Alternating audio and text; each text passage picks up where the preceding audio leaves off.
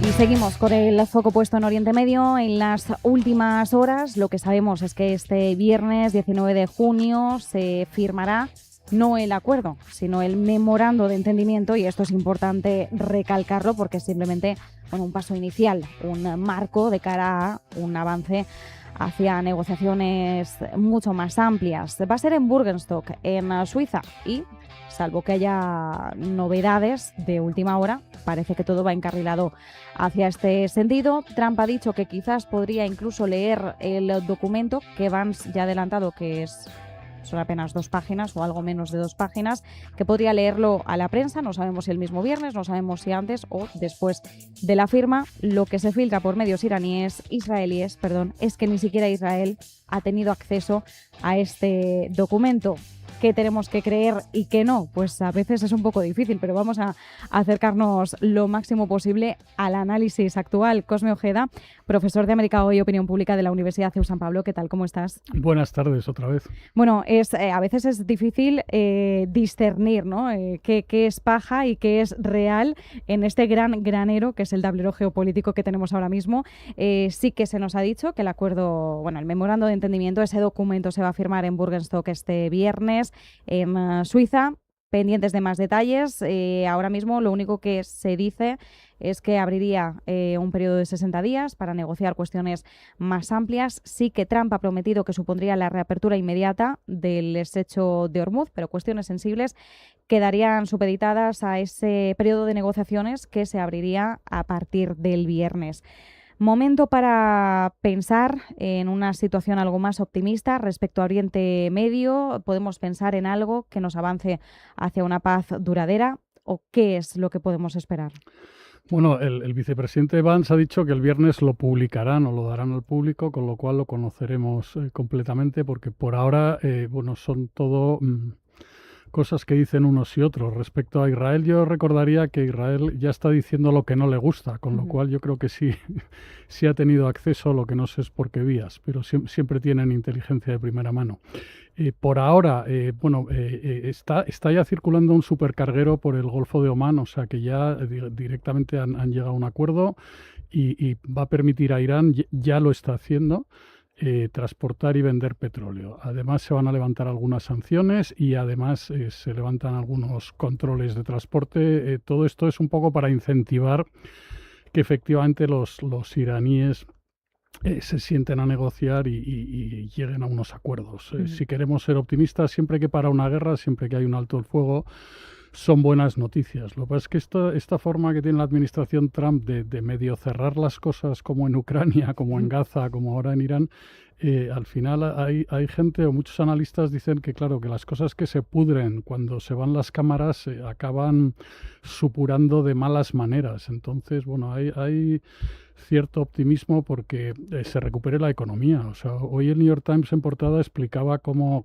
la economía del mundo ha resultado dañada por esta guerra de una forma que va a tardar, en algunas cosas vamos a tardar años en recuperarnos. Sí. En Europa, no hemos sufrido tanto, pero hay partes de Asia que ya han sufrido mucho. Entonces, es verdad que había excedentes de petróleo, es verdad que China y Japón han colaborado sacando sus reservas, pero sí se ha dañado la economía en algunas partes del mundo de forma significativa, y además restablecer el tema de las refinerías o el daño que se ha hecho a los países del Golfo, etcétera. Ya se dijo que un marco de unos 4 o 5 años aproximadamente. Según qué campo hay cosas que hablamos, 2 años, 4 o 6 años, depende de en qué sector específico, pero ha habido mucho daño. Efectivamente, sí. A pesar de este marco hacia un futuro acuerdo, pues la guerra ha supuesto estos cambios, como bien dices, ¿no? que van a ser difíciles de revertir. Veremos qué es lo que ocurre. Incluso los bancos centrales, ya vivimos la semana pasada el movimiento del Banco Central Europeo. Es cierto que la inflación viene por la parte de oferta, no por la parte de demanda. Entonces hay dudas sobre si la subida de tipos de interés de la semana pasada va a ser realmente una medida efectiva. Esto es el caso que también ya vimos en el caso de la guerra de Ucrania. Ya conocemos las consecuencias en ese momento, que todavía tampoco se han revertido. Citabas que también este marco permitiría permitiría ya a Irán vender petróleo de inmediato, y además estamos viendo caídas en el crudo, no solo por esa reapertura de Hormuz, sino también porque entraría de nuevo crudo iraní en la escena, en el mercado energético. Por otro lado, hay algo que nos llama mucho la atención, y es el hecho de que se haya filtrado o se haya apuntado a la posibilidad incluso del despido de Hegseth por oponerse al acuerdo con Irán. ¿Realmente podrían rodar las cabezas del jefe del Pentágono y del jefe de la CIA? ¿O son aliados indispensables para Trump? ¿O Trump los ve como personas de las que podría prescindir? El último rumor sobre el secretario de guerra es que, claro, en esta administración, en el último año, bueno, más de un año ya largo, es que cosas absolutamente impensables están ocurriendo cada semana. Entonces, no descartarlo. Por ahora es un rumor y no sería el momento más adecuado. También es verdad que era o cuando fue elegido tampoco era la persona más adecuada. Hay mucho rechazo dentro de los mejores profesionales del Pentágono o gente que ha hecho toda su carrera en esa parte de la administración de Estados Unidos y bueno, pues podría ser. Es que con el presidente Trump nunca se sabe. Claro, por eso lo preguntaba, porque Trump no nos tiene que extrañar que haga esto. Son movimientos que además ya vimos durante su primer mandato, aquel que no era fiel a las intenciones o a los objetivos de Trump era descartado, ¿no? Era sacado del plano de la administración Trump. Bueno, a ver a qué nos lleva todo esto, pero por el momento lo vamos a dejar en la mera rumorología. Por otro lado, también desde la CNN se filtra que funcionarios ligados a la inteligencia estadounidense ya ven que Israel ha obtenido un arma que podría ser más potente que una bomba nuclear, que es el hecho de que ha visto que puede cerrar el estrecho de Hormuz, que puede hacerlo durante un tiempo prolongado, que es un arma de presión, un arma económica, y que no necesariamente supone el fin de Irán. Es decir, que no es quizás, no digo que Irán no haya sufrido ni ahora tenga un problema económico mayor del que partía. Recordemos también las manifestaciones de inicios de año, pero sí todo apunta a que Estados Unidos mantenía dos ideas. Por un lado, que Irán no se atrevería a cerrar Hormuz porque el coste económico sería demasiado alto para el régimen, pero hemos visto que el régimen ha conseguido más o menos resistir, y también confiaba Estados Unidos en que China presionaría a Irán para evitar una escalada. Pero bueno, China no le quedaba mucho de stock. Creo que recordar que ahora mismo le quedaban como unos 10 días aproximadamente. Es decir, que el acuerdo también llega un poco in extremis, teniendo en cuenta la dependencia de China en el crudo que transitaba por Hormuz. Pero tampoco hemos visto o llegado a ver una presión intensa por esa parte. Entonces, la pregunta es si efectivamente Irán ha descubierto que Hormuz es un arma y podría utilizarla más a futuro, en función de cómo avance todo. Bueno, Irán, uno de los escenarios que sí que le plantearon los generales al presidente Trump, además del mejor escenario y el más rápido, uno era el posible cierre del estrecho de Hormuz. Lo que pasa es que el presidente Trump solo se fija en lo que le interesa o en el informe más corto. Entonces ese escenario sí estaba previsto. Sí que se ha evitado en cierta medida, o sea, con la exportación Estados Unidos es un gran exportador de petróleo y de gas. Uh-huh. Entonces el mundo ha cambiado desde la crisis de los 70 del petróleo, pero sí que, como decía yo antes, ha habido un daño severo en algunos países, sobre todo en Asia. Entonces es una herramienta que va a utilizar o que puede utilizar Irán, pero tenemos que recordar, lo mismo que en Rusia, que Irán no cuenta lo que ha pasado, pero el daño severísimo a la economía y a la sociedad iraní veremos cómo acaba resultando, porque los datos son dramáticos, es una palabra que se queda corto. Entonces Irán ha podido o ha intentado hacer daño, y sin embargo con distintos actores, porque la reducción de ese flujo de petróleo a la economía, un quinto del petróleo en el mundo, en principio iba a ser más dañino. En principio nadie quería que llegásemos a junio, y bueno, en cierta medida, a pesar del daño que sí se ha producido, también hay una serie de medidas o instituciones que se han creado en el mundo que han evitado un destrozo tan severo como ocurrió en la crisis del petróleo en los años 70. Entonces, las instituciones del mundo sí que funcionan y sí que arreglan cosas, pero Irán ha podido hacer daño a la economía mundial, pero a la vez se ha autoinfligido un daño del que hablamos poco, pero veremos cómo resulta eso en el medio y el largo plazo para Oriente Próximo. También han resultado dañadas las economías del Golfo, o sea que hay que sumarlo todo y hay que indicarlo todo, pero el más perjudicado de esta guerra ha sido Irán. Todo el mundo dice que Estados Unidos no ha hecho o no ha conseguido lo que quería. O sea, de hecho, el Wall Street Journal hoy titulaba Trump da marcha atrás. O sea, ese era el titular de su editorial de hoy.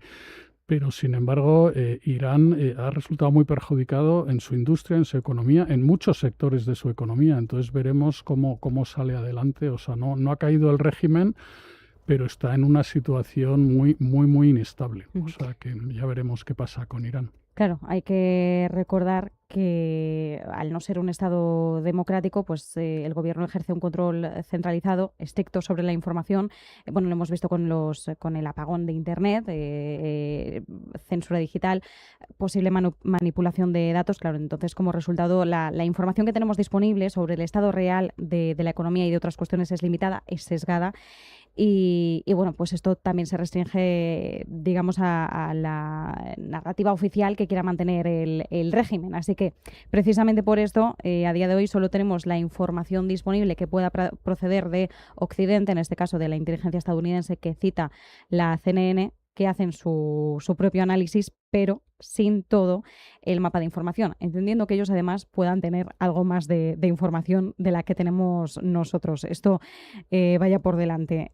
Por otro lado, si saltamos de Oriente Medio a la cumbre del G7, evidentemente el memorando de entendimiento con Irán, esta futura firma, este documento excelente, como lo ha apodado Donald Trump, han sido los claros protagonistas, pero también hay un viraje hacia Ucrania y hacia Rusia. En político había un enfoque que me gustaba mucho que decía que igual no era del todo beneficioso para Europa que ahora Trump se volviera a volcar en Ucrania, porque parecía que Europa empezaba a tener un papel algo más protagonista, y ya sabemos lo que ocurre cuando Trump quiere ser el protagonista y Europa podría quedarse relegada a un segundo plano. Zelensky ha dicho que la reunión con Trump ha sido muy positiva.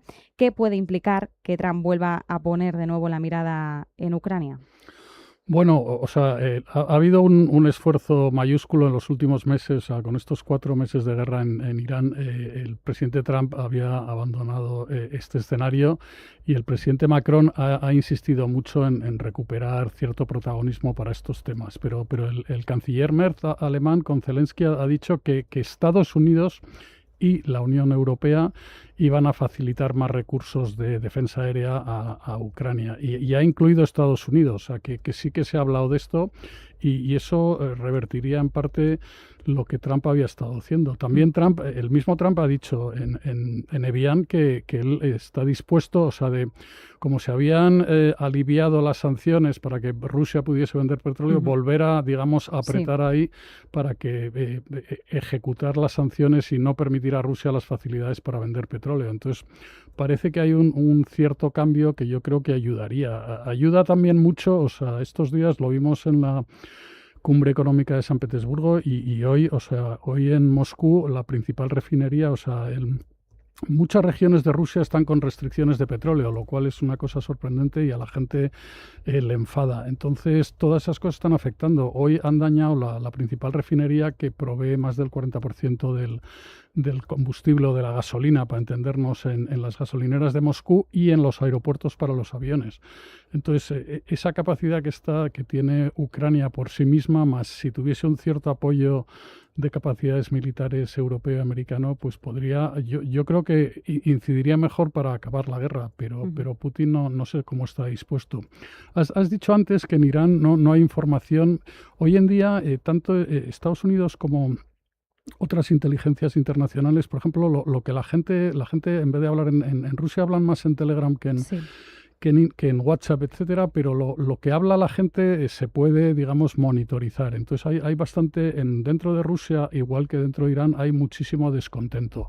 Eso no sale publicado en los medios occidentales, pero sí hay muchos datos. Tú has citado a Político y la BBC, hay un periodista de la BBC que constantemente se molesta en leer lo que dicen los periódicos de Moscú o de Rusia y hay mucho descontento entre la gente. Entonces veremos cómo eso al final ayuda a a acabar con las guerras a establecer un nuevo escenario tanto en Irán como en Ucrania. Ya veremos. Sí, veremos. La sensación que nos da de todas formas es que Trump aprovecha la situación de este marco de acuerdo con Irán, se ve envalentonado por el cierre de un foco y se lanza a por el otro, porque recordemos que además él había prometido que en 24 horas iba a resolver la guerra de Rusia y Ucrania. En la introducción yo daba una cifra, que son las horas que han pasado desde la investidura de Trump, el 20 de enero de 2025, hasta las 7 de la tarde de este 16 de junio. Claro, si vemos las horas que han pasado, en realidad han sido 12.289, no 24 horas, algo más, unas más de 500 veces más del tiempo estimado por parte de Donald Trump. Y ya el año pasado, después del alto el fuego en Gaza y cuando ya pasaba de la primera a la segunda fase, a finales de 2025, Trump dijo, bueno, pues ahora que esto parece que está encauzado, voy a volver a centrarme en Rusia y Ucrania. Claro, ¿qué nos hace pensar que esta vez es diferente?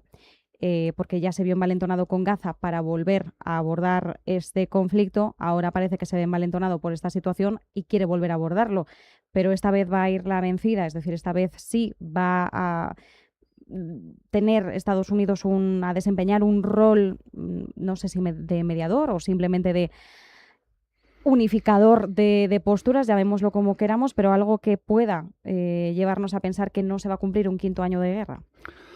Pues ya veremos, porque el ejército ruso o el ejército rojo en la Segunda Guerra Mundial el ejército rojo o el ejército de Putin lleva más tiempo en Ucrania que el que pasó el ejército rojo en Europa después del ataque de Hitler. Con la diferencia de que en los últimos meses está perdiendo 30.000 muertos al mes, que es una cifra, 30.000 muertos son más muertos que los 10 años del ejército soviético en Afganistán. Entonces son cifras, hay muchos analistas, gente ya que le está empezando a decir directamente a Putin que esto es irrealizable, que esto es inviable, que esto, entonces hay algunos periódicos de la órbita, buenos medios internacionales en Rusia que traducen los medios en Occidente, están explicando que no es viable continuar este escenario durante mucho tiempo. Lo que pasa es que Putin no quiere una salida, quiere una victoria total y no es simplemente inalcanzable. Entonces estaría bien que el presidente Trump mediase o que consiguiese algo, pero no que pudriese el escenario o que abandonasen las cámaras, sino realmente intentar conseguir resultados en un escenario realmente endiablado. Un escenario endiablado. Trump además también hacía mención a esa cantidad de muertos mensuales y decía que esto es un disparate, que no puede ser. Veremos, de todas formas, a ver hacia dónde vamos avanzando. Pues nos quedamos con este análisis. Cosme Ojeda, profesor de América Hoy y Opinión Pública de la Universidad CEU San Pablo. Muchísimas gracias, un placer como siempre. Un placer como siempre también. Gracias.